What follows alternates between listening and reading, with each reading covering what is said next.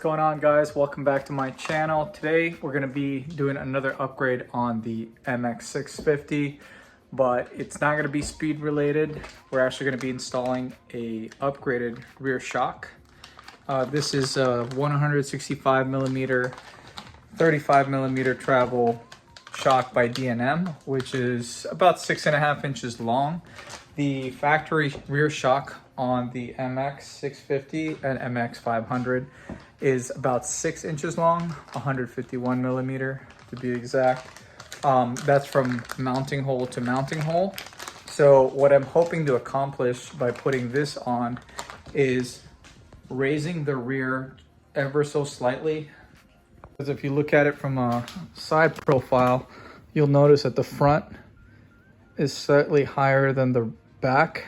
It actually looks like it's raked.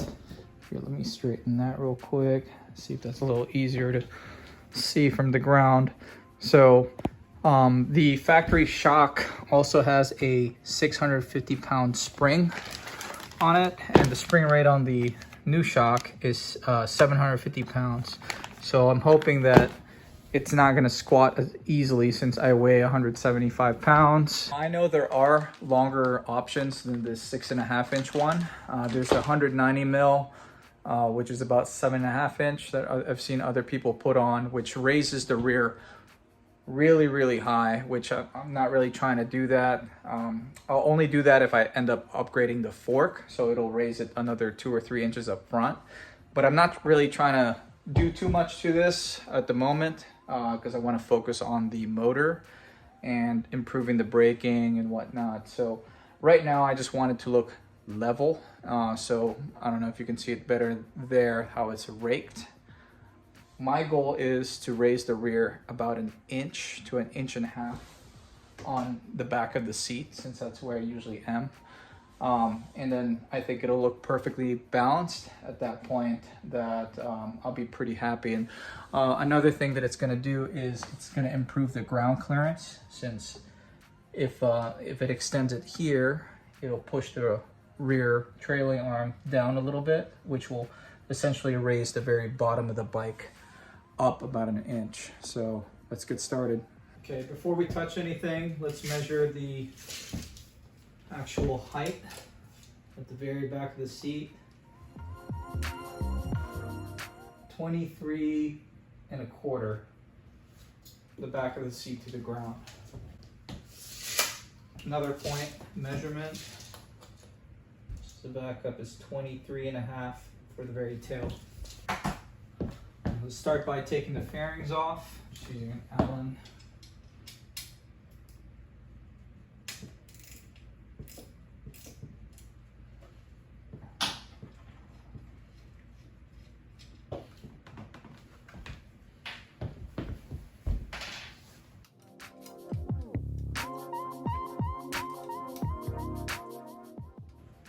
To take the hardware off the back of the seat, you have to use I guess this is a 10 millimeter wrench, or it's provided in their kit, and you hold the nut down in place, and then you take an Allen key and turn the bolt clockwise.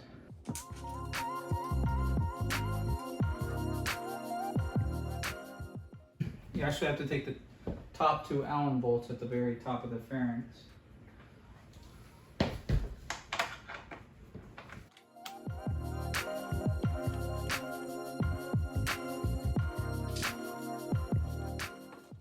My mistake, you actually have to take all the hardware off.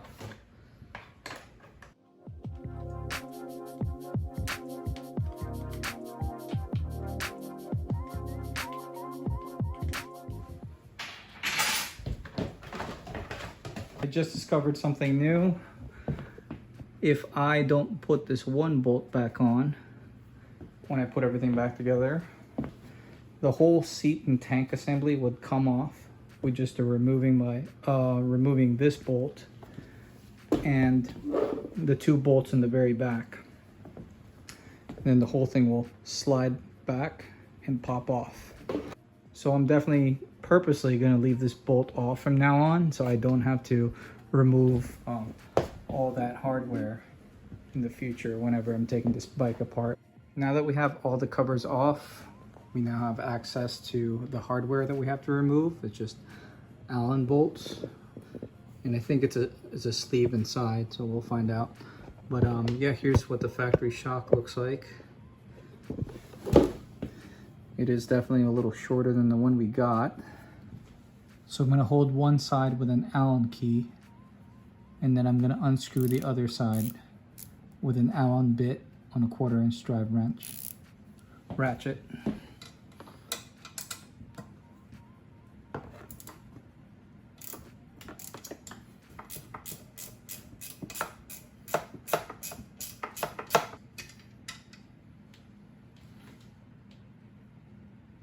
So it looks like the sleeve is on the right side.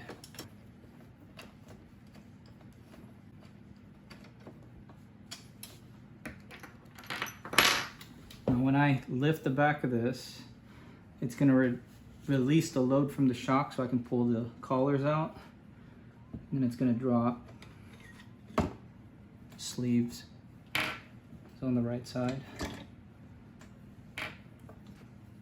I'm holding the bike up right now, and you can slowly take this out. All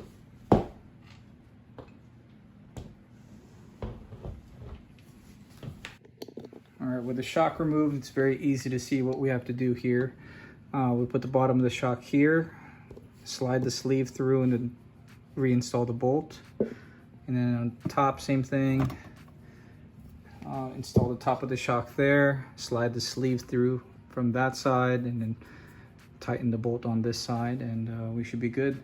If you do have a much longer shock, like if you go with the 190 mil, I would suggest you go with this farther mounting bolt or mounting hole, just to not have a ridiculously high ride height. Now let's take a look at the new shock that we got from D&M. With the 165 millimeter, 35 millimeter travel. Mountain bike shock is actually what it is. Mounting hole to mounting hole, right about 6.5 inches. Stock shock is actually under 6 inches. So this might lift it over an inch. We'll find out. But yeah, this spring load on this is 650 pounds, is what it says. And this one is 750. So I'm excited about the change in ride quality with heavier riders. The sleeve size looks the same, 8 millimeter. And width is exactly the same with the bushings. So really, most mountain bike shocks should fit the Razor. I don't know if Razor wants you to know that, but I'm here to let you know that. All right, let's lift the bike and reinstall this.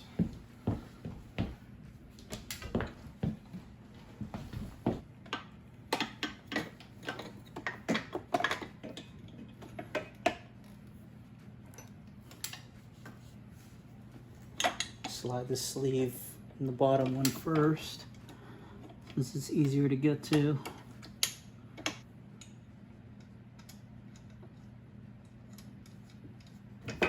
Careful with your hands not getting pinched. Full weight of the bike is actually on my leg.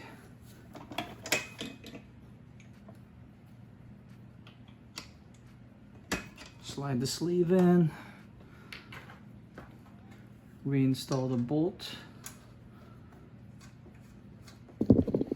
Now the weight of the bike is now on the shocks. And let's go tighten it back up and put everything back together.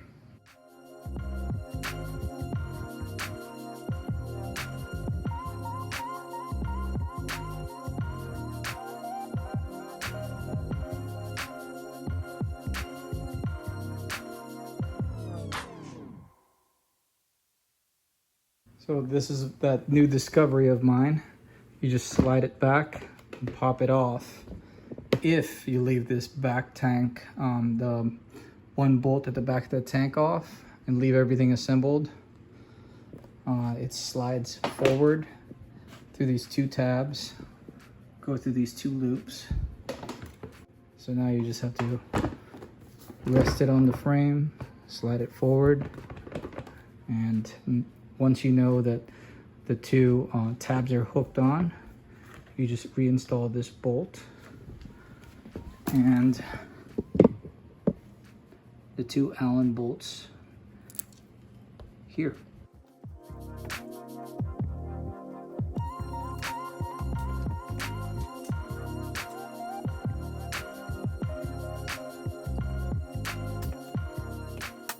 Here's what the shock looks like installed with the covers inside.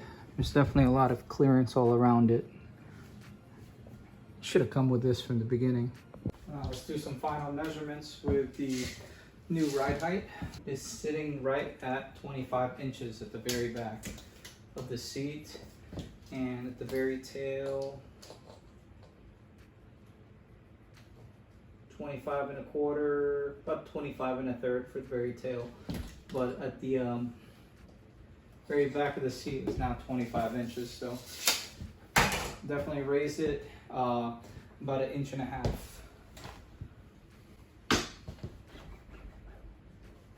And now it doesn't squat as easily as stock with my 175-pound self. So let me know what you guys think as far as how level it is. You might notice that the swing arm is pushed down ever so slightly where it used to be level before. So this is definitely slightly higher. Now that the back of the bike is about 1.5 inches taller than it was before, I'm much happier with the way it looks. I think it looks a lot more level. I think the bike should have come with a 165 mil shock to begin with. I don't know why they included that 150. Actually, it measured out to 5 3/4, so it's definitely much higher in the back. So at this ride height, I don't think I'm gonna have to touch the fork. I think it looks a lot more proper as a pit bike look. Let me know what you guys think. If you are interested in installing one of these shocks yourself, I am gonna leave a link in the description where I got it from, along with other options that will fit Razor MX500 or MX650. If you found today's video to be helpful in any way, do me a favor and hit that like button. And if you are interested in keeping up with this MX650 mini moto build, consider subscribing to my channel if you like this kind of content. But this is going to be it for today. Thank you for watching.